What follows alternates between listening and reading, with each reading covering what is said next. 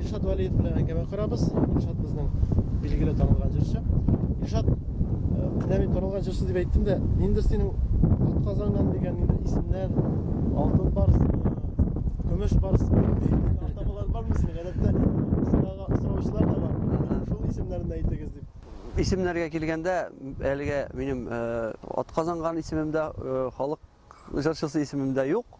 Иншалла киләчәктә булыр дип өметләнәм. Әлбәттә, ниндидер лаеклы исемнәр аласы килә инде. Һәр җырчының да инде бүләкләр, анда алтын барслар, алар төрле конкурсларда мин күп тапкыр катнашырга тырыштым. Студент елларыннан ук башлап, әле Башкортстанда укыган чакларда ук мин конкурсларда гел-гел катнашып килдем. Күпләрендә лауреат булдым, беренче урыннарда алганым булды.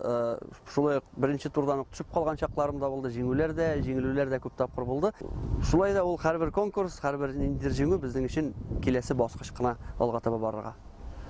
Киләсе чыгышларыңны менә ишетеп беләм. Син 3 августта Ярдәм һәм бәхетле дөнья фондлары үткәрәчәк Иске Казан музей тыюлыгындагы хәйрия концертында катнашачаксың. Хәйрия концертларына чакырганда синең нинди хисләр туа? Һәм шуннан да җырчылар һәрхәлдә синең кебек берничә ел, 10 елга якын. 10 елдан артык бит, нәбит? Ну, 10 елга якын. Алай дисәң дә булай. 10 елга якын, 5-6-7 ел бар инде синең сәхнәдә булуыңа. Алар нинди өлеш көтә алар шундый хәйрия концертларына, хәйрия эшләренә? Хәйрия дигәннән, гомумән мин уйлавымча, бөтен кешенең дә дөньяда, тормышта иң кыйммәтле әйберсе ул аның җан тынычлыгы. Без менә нинди генә юлдан атласак та, кайда гына барсак та, безгә һәрбер вакытта да күңел тынычлыгы кай вакыт җитми. Менә шуңа күрә кеше моңа үзе мохтаҗ беренчедән. Хәйрия ниндидер шундый адымнар эшләү ул безнең үзебезгә кирәк. Чөнки шуны эшләгәннән соң ничектер күңел тынычлана, без бит инде мөселман балалар, шуңа күрә безгә кирәк әйбер ул үзебезгә. Инде әгәр дә без шушы мохтаҗ ниндидер кешеләргә, кечкенә балаларга, бәлки зәгыйфь кешеләргә шушы концертларыбыз белән, җырларыбыз белән ничектер күңел җылысы бүләк итә алабыз икән, аларның тормышларын чак кына булса да яктырта алабыз икән, димәк, безгә бу бик рәхәт күңелебезгә. Иҗатың ни дәрәҗәдә бүген? Минем иҗатым ни дәрәҗәдә дип, әлбәттә, күпләргә мәгълүм инде. Минем җыр гына түгел, теге ниндидер корпоратив бәйрәмнәр белән дә минем сәнгатем бәйләнеп китте бит. Мин үземне җырчы буларак кына түгел, алып баручы буларак та сыный башладым. Шушы юлга да кирип киттем бераз. Шуңа күрә җәй көне инде ул әлбәттә безнең бәйрәмнәр чоры, күп иттереп төрле юбилейларда, хәтта туйларда да чыгыш ясыйбыз, ярдәм итәбез, артистлар җыеп шундый матур-матур бәйрәмнәр үткәрергә.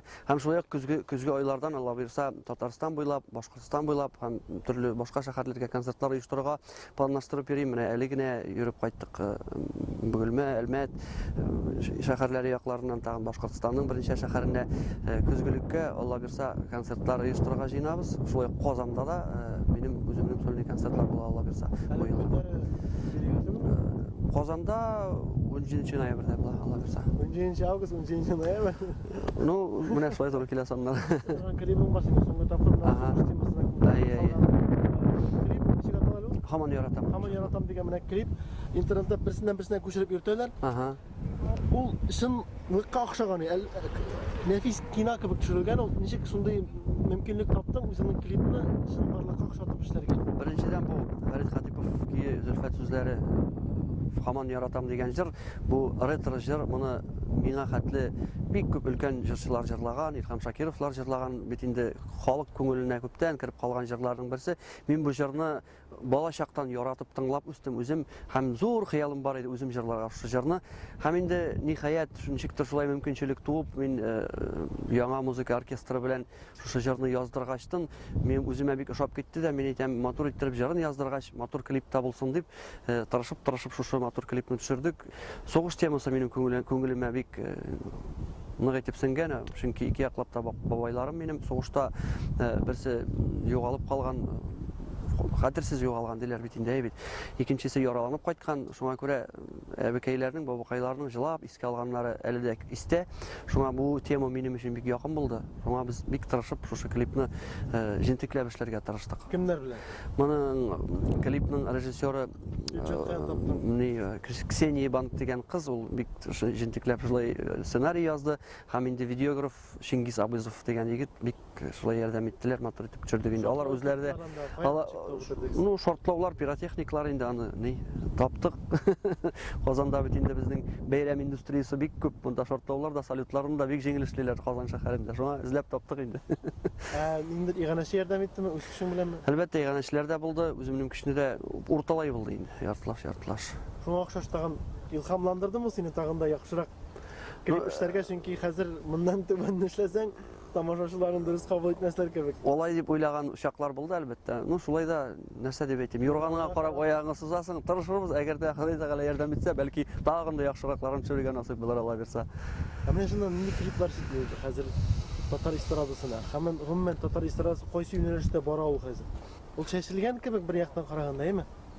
Ләкин бит ул татар эстрадасы бер сүз, бер бөтен кебек. Мин бу темага инде күп тапкыр җавап биргәнем булды, журналистларга да, газетләрдә дә. Менә минем бәлки кайбер чакта ялгышамдыр да. Безнең бит инде эстрадабыз, безнең генә түгел, барлык эстрада бит инде ул ниндидер матди керем белән бәйләнгән, кәсеп белән бәйләнгән бит. Шуңа күрә җырчылар үзенә ошаган әйберне генә җырламый, халыкка ошаганны җырларга тырыша. Безнең халык һәр вакытта да әйбәтне генә яратып та тормый, кайчакта бик нисез кыйммәтсезрәк әйберне ярата башлый. Шуңа күрә күп җырчылар шушы нигә ияреп китеп, бәлки үзенең төсен дә югалтадыр.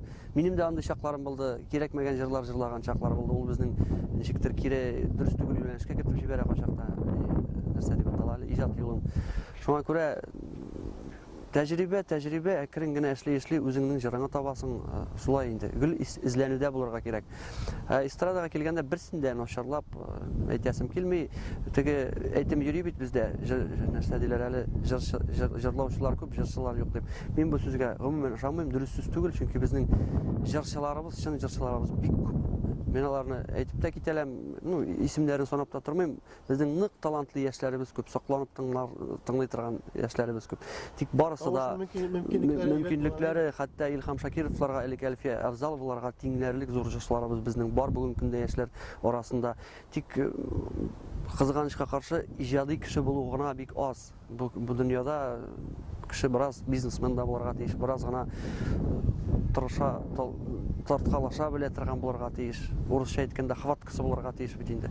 Шулай бер булмаса, кызганычка каршы бик талантлы җырчылар әрәм булып өендә җырламыйча да ята. Менә шулайрак кызганычка каршы. Син менә җырчы буларак дөнья вакыйгаларын карап барасың. Хәзер бит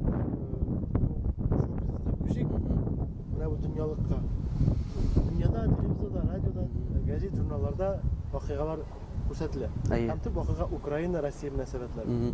Моның Украина белән инде мин бер заманны теге Россия 24 каналын инде мин бик ныклап карый башлаган бер мәл. Шулай да теге төрле источниклардан карасаң, ниләр фикерләр чуала бит инде төрлечә. Шуңа күрә әкрен генә мин шундый юлга килдем. Без барыбызда татарчасын чыкладыр, пропагандический машинаның тәгәрмәчләре астында барыбызда. Шуңа бөтенесенә ышанып бетергә дә ярамыйдыр бәлки. Ничектер без политикадан ерак дип комбайнчы комбайнда эшләргә тиеш, җырчы җырларга тиеш, һәр кеше үз эше белән шөгыльләнергә тиеш. Әлбәттә карап барабыз инде. Сугыш чыкмасын дип куркабыз барыбыз да. Чөнки барыбызның да гаиләләр, балалар бар, дөньялар тыныч булсын, имин булсын дип. Ниндидер шундый этап, период барадыр инде. Дөньялар үзгәрә әкрен генә. Иң мөһиме безнең өчен сугыш чыкмасын.